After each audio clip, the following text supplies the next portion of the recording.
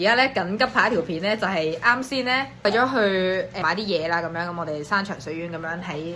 我哋學校呢邊啦，咁就行到去特登搭車過去三溪嗰邊，翻嗰邊個山姆買嘢嘅。咁平時係可以送過嚟嘅，過去揀好多嘢咁樣就親自行咗過去。咁本身咧我哋購物嘅時候仲好開心嘅，一開始入到去門口咧見到有個玩具馬仔，所以我仲好開心咁喺度騎嘅，一切都發展得好好嘅咁樣。嗰陣時已經6點，我哋入商場嘅時候諗住嗱臨買完之後去吔飯，吔完飯之後翻屋企啦，聽住嘢要做，點知咧就發生啲咩事啦？咁應該大家都唔知道啦。如果大家知道三溪嗰間美林天地嗰間山姆嘅佈局嘅話咧，咁總之就係我哋去到凍櫃嗰邊嘅時候啦，因為佢係嗰啲凍櫃嘅中間嗰排，咁就變咗兩邊都係凍櫃，喺中間咁樣推車啦。咁咪推到去盡頭嘅走廊可以走，或者你推到去另外一個盡頭咁嘅走廊可以走，一個工字形嘅設計啊，你可以想像做。然後咧，咁我哋喺嗰陣時推住架車靠邊係一個凍櫃前面啦，咁就攞啲沙拉米出嚟食啦，諗住。當時咧就處於寶係咁樣推住架車，櫃就喺呢邊，跟住佢就咁樣推住架車，我就係喺對即係路嗰邊嘅，相當於咩咧？寶嘅正面，佢嘅左邊係凍櫃，右邊係我咁樣啦。咁我就搭咗喺架車上面啦。咁嗰條路雖然唔係話窄，其實闊嘅。我覺得你並排嘅話，起碼5架購物車可以並排到。咁山姆嗰啲車係超級，即係平時超市嗰啲車係比較窄㗎嘛。山姆架車係超大架嘅咁樣。咁我都已經我唔係咁樣趴住，我係直住企喺度，跟住隻手搭上去嘅時候，有個變態佬咧，佢就喺後面行過嚟啦，然後就攞隻手攞咗我嘅臀部啦，咁咧就因為攞人哋示範咧係非常之唔方便嘅，咁我就攞咗2個公仔翻嚟，咁啊講緊我背對佢嘅，即係大家想象下啱先我描述嘅一個場景，我就喺寶嘅正對面咁樣，即係佢哋迎面咁樣交錯咁樣，我後面嘅時候咧，佢竟然係伸咗手過嚟咁樣。假設呢個係我嘅屁股啦咁樣，咁呢個係佢嗰個屁啦咁樣，可能覺得咁樣你拍一下都已經好過分啦，或者你咁樣摸一下都已經好過分啦。佢係咁樣掃過嚟，跟住去到我個屁即係屁縫嘅時候，佢仲要咁樣隻手伸入去咁撩咗下，咁樣先至掃過去咯。可想而知，佢絕對唔會係一個唔小心嘅行為啦。當然啦，啱先喺呢條路嗰度嘅時候，雖然唔係話好窄，但係的確係佢嘅前方係有來車嘅，包括一架係我哋啦，跟住一架係佢嗰邊都係有來車嘅。咁佢會向我哋呢邊靠，我覺得係合理嘅。但係問題係你有冇人你會咁樣即係揸住一架諗下山姆嗰架車咁大架，跟住之後你咁樣揸，跟住面對一個好狹窄嘅會車嘅時候，你會唔會特登放低一隻手？即係本身你係咁樣揸到好地地，跟住特登放低一隻手，單手去揸車去操控呢一個咁唔容易駕駛嘅路況呢？你掂到我都算啦。咁如果你係唔小心嘅話，正常人你唔小心掂到人哋個屎忽，你係咪應該會即刻避開呢？重點係就算佢唔小心都好，即係根本冇可能唔小心到伸佢嘅手指入嚟，即係撩我個屎忽咯。所以佢一定係特登㗎咯。之後佢過咗去之後，我自己當下我就梗係已經覺得好奇怪啦。咁我就即刻擰過去，我就望住佢，即係我望下佢個樣先啦，肯定要。咁我就望過去，我就話：喂，朋友，好似摸到我個屎忽喎咁樣。然後我唔知佢聽唔聽得明啦。然後佢就同我喺度四目相對咁樣，佢又唔係心虛嘅喎。跟住之後我就嗰下就開始諗究竟係咪佢係真係唔小心定係點咧？咁樣點解咁樣嘅咧？我就喺度思考緊啦。佢係唔小心掂到我個屎忽定係點樣咧？咁我就因為我同寶2個人去買啦，咁樣寶就講話佢一定係特登嘅。當下我仲喺度諗緊話算啦，即係其實都冇得點樣噶啦。咁樣超市入邊係肯定係有監控嘅。咁我嗰下就諗緊影到都好難去入佢數。跟住但係咧係啦，咁今日拍呢條片嘅目的就係想呼籲大家千祈唔好咁樣諗，即係尤其是你係一個超市嘅，即係國際知名嘅大型超市，佢肯定佢監控係準備得非常之齊全嘅咯。咁如果你一定影到嘅情況之下，無論你點樣，你都應該要去試一次，要去報警去點樣睇下處理呢個問題咯，而唔係覺得就由佢算咁樣咯。所以我嗰下咁樣諗係非常之唔正確嘅。所以好彩寶佢就勸我話一定要，即係好彩我聽勸，佢就叫我推走架車先，咁佢就自己翻去接翻去影個男人個樣啦。咁但係即係畢竟佢都有佢隱私嘅問題，咁我就唔會放出嚟俾大家睇啦。佢翻去影佢嘅時候，竟然發現佢身邊仲帶住老婆同埋個仔咯，跟住佢個仔係嗰種差唔多上小一嘅嗰種大細啦。寶就推斷話咁，其實佢應該係啱先，因為佢過嚟摸我嘅時候，佢係自己一個人噶咯，自己一個人推住架車，跟住係完全見唔到佢嘅老婆同埋個仔喺度嘅。我唔知佢係幾時開始即係諗住過嚟摸我啦。咁佢應該係特登飛甩佢老婆同埋個仔，跟住特登走過嚟摸我，完咗之後跟住再翻去同佢老婆同埋個仔會合噶咯。咁我哋就去俾錢，諗住俾完錢之後先至去請店員幫手查監控啦。一開始我哋係去嗰個俾完錢出嚟個分流區咁樣，我同佢講話唔該，我想查下監控。跟住佢第一個表情佢嚇，跟住我就講話啱先喺入邊好似俾人摸，佢話嚇你去揾嗰個顧客服務站嗰啲人啦，叫佢幫你查啊咁樣。即係其實佢好熱心嘅，咁過去顧客服務站嗰度揾人幫手啦。同埋令我好驚喜嘅一點就係我以為顧客服務站佢只係我哋而家喺度唔知搞緊啲咩活動咁啊，整新卡唔知有咩活動咁啊，可能有優惠券啦。我以為佢只係整喺度幫人哋整卡嘅，而唔係真係顧客服務。點知佢真係顧客服務站嚟嘅。咁我去到之後我就同嗰個又係同一個對話啦，我就過去同嗰個人講話唔該，我想查下監控。佢就即係佢第一個表情佢係咁樣，跟住之後我就講啱先喺入邊好似俾人摸，佢話嚇，佢話即係等陣先，而家即刻幫你睇下發生咩事咁樣，就同佢講咗大概發生咩事咁樣，就係喺咩地方啦。然後我同佢講話我哋有影到嗰個人嘅樣，佢就話佢要影低咁樣就幫手即係方便佢查監控啦。然後我哋就開咗俾佢影啦。咁佢影低之後咧，佢就都好。即係好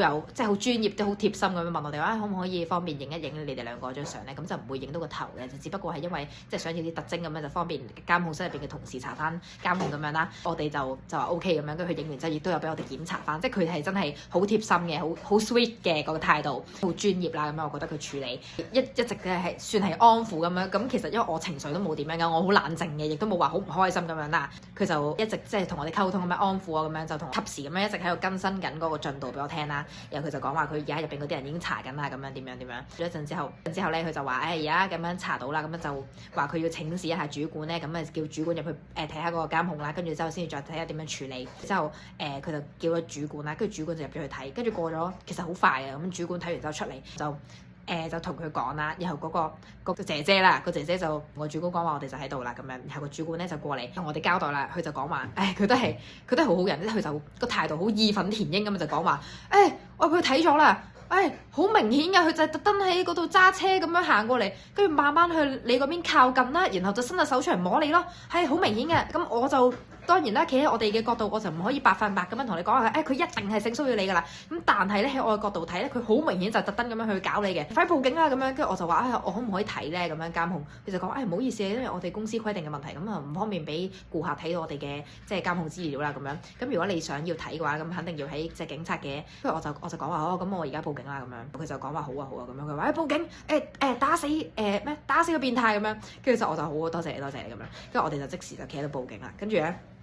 就係我人生第一次報警嘅經歷啦，仲要人生第一次報警唔係打999係打110啦咁樣。買完嘢啦嘛，咁就喺度裝袋啦，一路裝袋一路等個警察過嚟。咁就等到個警察過嚟之後咧，就問咗啲基本信息咁樣，即係啱先發生咩事啦，咁樣簡單咁樣再交代一次俾佢聽啦，就去睇監控咁樣啦，然後去揾主管咧，啱先都係主管去接管我哋嘅，咁佢就同主管一齊入咗去睇啦。跟住我就問佢話：我可唔可以睇監控咧？跟住嗰個主管就講：唔好意思，你冇得睇咁樣，警察可以睇。咁佢哋入去睇，都睇咗幾耐下。睇完出嚟之後咧，就叫我過去就話：嚟，我哋行埋一邊講啦咁樣。嗰陣時我身邊都係諗緊，咁最好就係可以拘留佢啦，因為喺小紅書上面都即時我哋睇咗好多人嘅分享嘅 post 咁樣啦，好多人都講話真係最後捉到有 CCTV，跟住去報警咧係有5-6日嘅拘留咁樣啦。咁即係其實有案底啦，有拘留，咁啊唔使坐監咁解啫，就算即係只係喺嗰個派出所嗰度，喺差館嗰度咁樣踎5-6日咁樣。咁我最好就我希望就梗係可以咁樣啦個情況。咁但係咧個警察就同你講話，唔好意思咁樣就其實就冇辦法去立案嘅。佢講咗好多嘢啦。咁我個人覺得啦，佢嘅價值觀其實係有啲嗰種好經典嘅老一派嘅嗰種，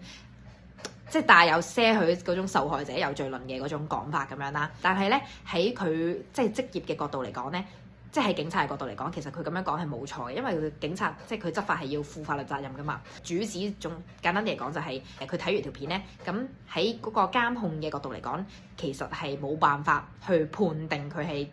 即係真係對我進行呢個性騷擾嘅動作嘅。因為如果即係佢喺監控入邊睇咧，個警察就話佢只係拍咗一下咁樣啦，咁我冇睇到我唔知啦咁樣，咁亦都唔允許我睇嘅，咁冇辦法啦。就話咁你拍咗一下咁樣，你可以話佢係唔小心，佢都有可能係特登嘅，咁冇人可以斷定到呢樣嘢啦。而且就算你去問佢話，佢自己都一定唔會認。咁所以就算你去立案點樣都好，咁即係唔係話就算你去立案係話直頭立唔到案，因為睇完個證據之後就係冇辦法斷定佢係犯罪事實。其實我都理解嘅，因為畢竟佢哋個工作就係要講求法理噶嘛咁樣。跟住我就問話，咁你而家可以點樣處理？即係有冇辦法話去要求完一個道歉咁樣？就講話冇辦法，因為你如果冇去立案嘅話，咁即係你冇立案，即係冇罪名成立，咁即係甚至連嫌疑都冇嘅情況之下，你冇辦法去逼人哋去對你進行一個道歉噶嘛，因為始終佢只係講到尾都只係一個道德上面嘅問題，更何況根本冇辦法確認佢真係進行咗呢個犯罪事實咧。咁我就話：咁而家可以點樣咧？跟住佢就問翻我而家咩訴求咁樣嘅話，咁道歉唔得啊嘛。我就問話：咁而家可以點樣咧？跟住佢就講話最多就可以話打電話俾佢啦，咁對佢進行一個口頭嘅警告，就係同佢講話：今日有人報案點樣點樣，咁你以後咧就潔身自好啦，嗰啲嘢咁樣，咁就冇任何法律上面嘅懲罰咁樣嘅。我就話咁都好啦，咁係有好過冇啦咁樣。跟住落嚟咧就係一個好消息啦，大家聽到呢度唔好氣餒住先，因為佢原來係佢畢竟要對佢進行口頭教育，咁佢肯定係要獲取人哋嘅信息噶嘛。咁個男人咧，佢咪話啱先佢哋一家三口過嚟山姆呢度買嘢嘅，佢個會員信息係佢老婆嘅會員信息咯。咁因為我哋唔知道佢叫咩名啦，即係警察都唔知佢叫咩名啦。咁所以佢如果要聯絡到佢嘅話，就只能夠先由呢個會員信息，即係佢老婆嘅電話號碼啦，打電話俾佢老婆，跟住先至再可以聯絡到佢本人咯。樂觀啲咁樣諗就係，起碼佢老婆會知道咗佢今日做咗啲咁嘅事咁樣先啦。咁即係我覺得都算係一個好消息啦。跟住就問我話，需唔需要跟佢翻去，咁啊可以開翻個報警回執俾我。我就話咁好啊咁樣，然後佢就話咁跟我走啦咁樣，我警車停咗喺出面，一齊搭翻去差館嗰度咁樣開俾你啦。然後我就好理直氣壯咁樣，有三袋嘢，然後就上咗警車啦，然後就揸咗我哋翻去，咁啊我哋就去咗嗰個天河區派出所嚟嘅，寫住前進派出所。我哋入到去之後就帶咗入去嗰個。我見到佢哋喺門口係寫口供室嘅咧，警察就開咗張嘢俾我，咁我等下會即係擺上喺度啦。另外一份嘢係佢哋要留翻檔做記錄嘅，咁就要求我簽名啦，跟住寫翻個日期，仲要撳嗰個指紋啦。咁我人生第一次撳指紋嘅，我先至發現我一直都以為係用拇指撳指紋，原來係用食指撳指紋嘅。咁我前幾日考車嗰個指紋辨認系統都係用食指撳嘅。總之就攞張回執啦，咁回執上面仲講咗今日確認咗我嘅報警事實，然後佢哋亦都確認咗佢哋我嘅接受我報警嘅呢個事實啦，亦都上面係承諾咗，如果有任何嘅進展嘅話，佢哋係有同我即係主動通知我嘅義務嘅。其實我覺得即係攞翻呢份報警回執先至係真正放心，證明起碼今日我有去做咗報警呢樣嘢。咁我其實雖然今日個結果你唔可以話係特別好啦，咁樣冇睇到我哋最想見到嘅結局就係拘留佢啦咁樣。咁但係咁我盡咗力啦，咁佢開咗呢張回執俾我咁。即係我做得嘅嘢我已經做晒，咁我心情又冇話特別唔開心或者點樣嘅話，我覺得我今日已經做得好好噶啦咁樣。要多謝翻寶去勸我嗰下去報警啦。咁如果唔係嘅話，即係冇報警，可能我過幾日就會覺得好唔舒服咁樣啦。咁總之件事就係咁樣咧，喺警察嗰方面啦，又或者喺我呢方面咧，咁都係 close file 噶啦。咁除非我以後喺街上面再見到佢，可能就會走埋去踢佢啦。咁今日咧條片就嚟到呢度差唔多啦。咁就係想拍條片咧，主要就係今日想同大家講咧，如果大家以後喺出面遇到啲咁嘅情況咧，千祈唔好。即係千祈唔好好似我一開始諗嘅咁樣，就係覺得算啦。其實即係就算影到都唔會點樣，即係你唔好去諗咗話唔得先。咁你今日你俾人哋即係你俾人哋性騷擾咗，咁你有你公民嘅權利，咁你就係應該要去報警嘅。咁呢啲社會資源嚟嘅，咁你而家未交稅都好，你屋企人都交咗稅，你爸爸媽媽都有交稅嘅。咁你即係作為一個納稅人。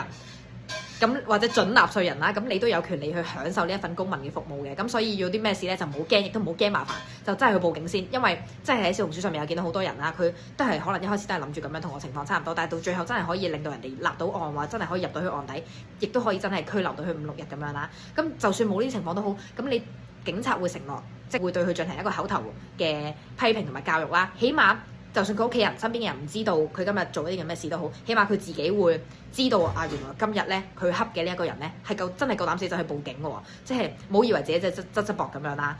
咁所以就係無論即係大家以後遇到咁嘅事啦，遇到咩事都好啦。咁如果你覺得你可以去報警嘅，咁你就去享受你呢個公民嘅權利，真係去報警。得唔得啦，咁啊起碼你自己做咗你應該要做嘅嘢啦。最後都係有樣嘢想講，就係其實大家聽完成個故仔之後咧，就唔使覺得太勞氣嘅，覺得哇點解警察咁冇用嘅？咁佢最後好似搞到好受害者有罪論咁樣，就同我講話你唔得㗎，咁樣即係報警入唔到去訴咁樣，放棄啦，唔好報警啦咁樣，即係大家又唔好咁樣諗，因為即係即使好似日本咁樣，佢嗰個電車痴漢咪好嚴重嘅，佢哋真係要